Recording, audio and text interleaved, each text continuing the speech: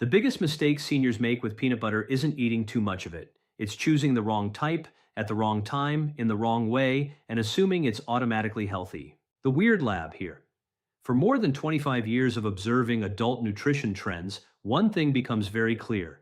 People over 45 can do all the right things on paper and still feel tired, inflamed, or stuck. And surprisingly, peanut butter is one of the foods that often gets misunderstood. Let's be clear from the start. Real peanut butter can absolutely be part of a healthy diet. It contains healthy fats, protein, and important minerals like magnesium. But there's a catch most people never hear about.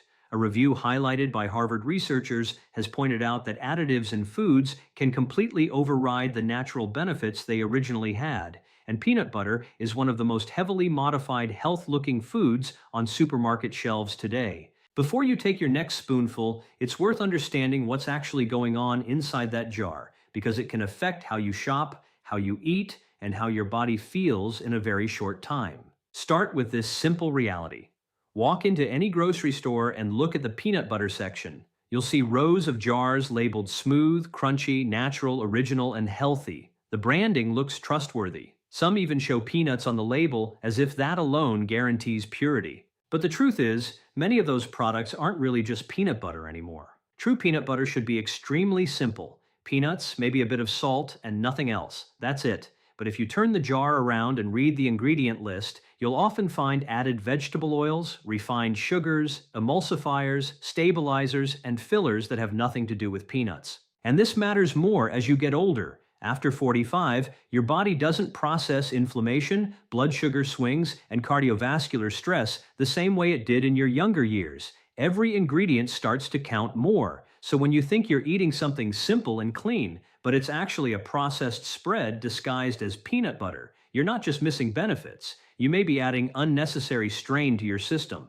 Here's something to think about.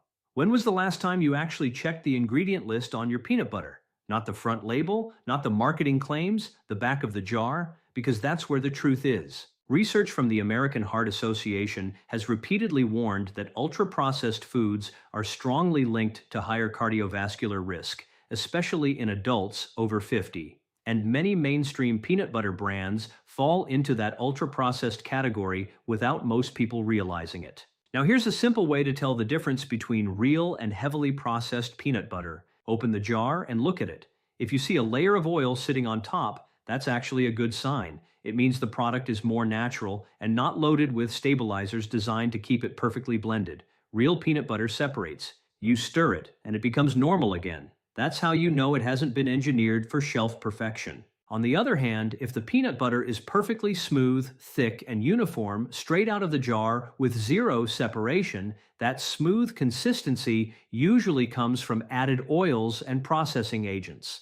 It may look better, but it often comes at a cost, especially for blood sugar balance and heart health over time. But there's another layer to this that most people completely miss, even when they buy better brands, and that's sugar. You might think peanut butter isn't sweet enough for sugar to be an issue.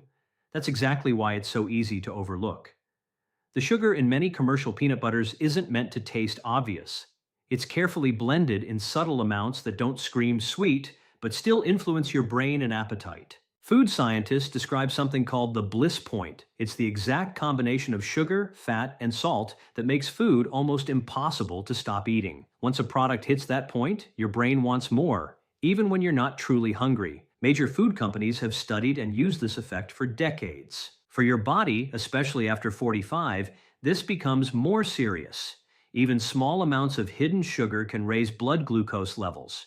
Your body responds by releasing insulin to manage it. But when this happens repeatedly throughout the day, your cells can slowly become less responsive to insulin over time.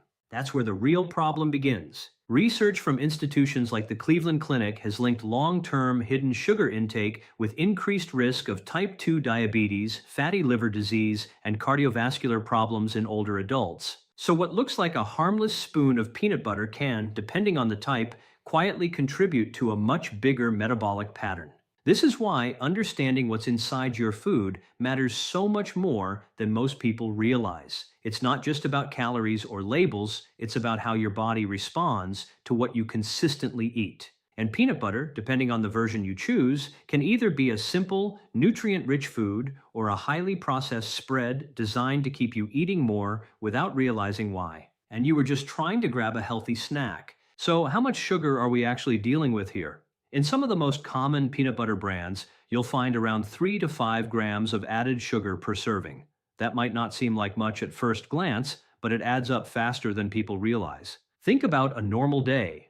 A little peanut butter on toast in the morning, maybe another spoonful as a quick snack in the afternoon, sometimes even a bit mixed into something at night. None of it feels excessive on its own.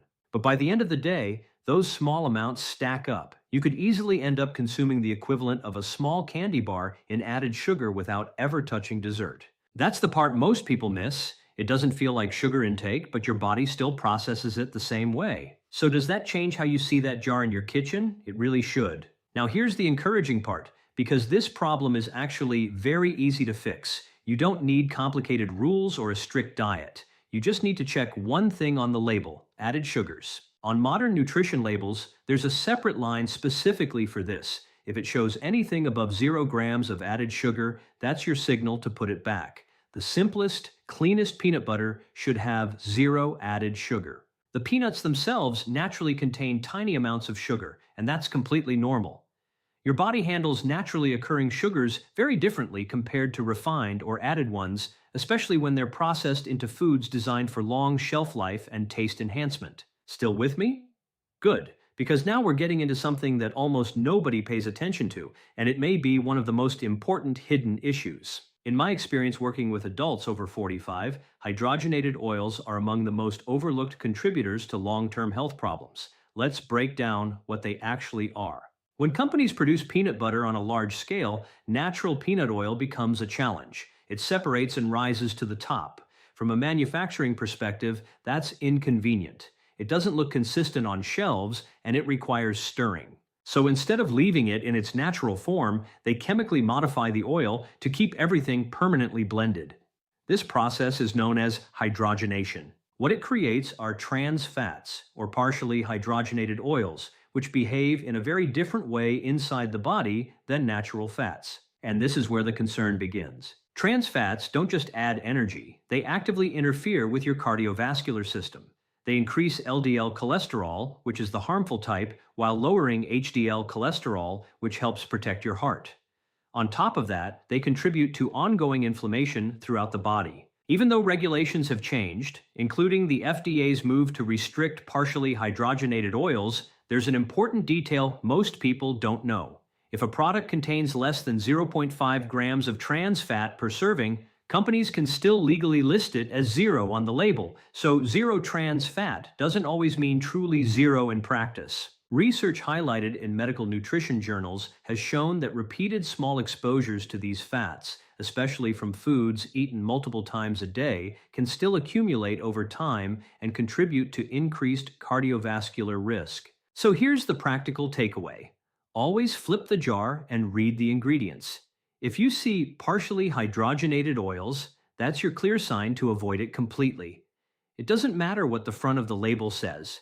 Words like natural, wholesome, or heart-healthy are marketing. The ingredient list is reality. Your heart works for you every single day without pause. The least you can do is avoid giving it processed fats it was never designed to handle. Now let's move to something that surprises almost everyone, even people who already choose natural peanut butter. It's not just what you eat, it's also when you eat it. Timing plays a much bigger role than most people realize. Peanut butter is what nutritionists call a slow digesting food. It's rich in fat and protein, which means your body breaks it down gradually. That can be a benefit when used at the right time. But many people, especially older adults, tend to eat it late at night, a spoonful before bed, or on a cracker as a final snack of the day. It feels comforting, even harmless. The problem is what happens internally while you sleep. At night, your body is supposed to shift into recovery mode. That includes tissue repair, hormone regulation, and memory processing. But when you eat a heavy fat and protein snack right before bed, your digestive system has to stay active instead of resting.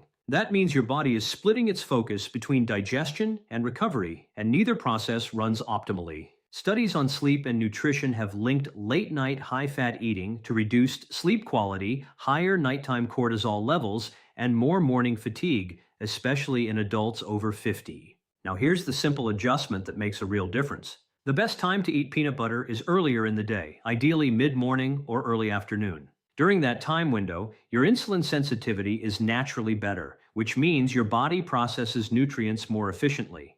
The protein and fats help you stay full and focused, and you avoid interfering with your sleep cycle later at night. Many people who make this one shift alone notice improved energy and better sleep within a couple of weeks. Not because they changed everything, but because they changed timing. Finally, there's one last issue that catches almost everyone off guard. Peanut butter is extremely easy to overeat. Not in an obvious binge way, but in a slow, casual, just a little more way that doesn't feel significant in the moment. A standard serving of about 2 tablespoons contains roughly 190 calories.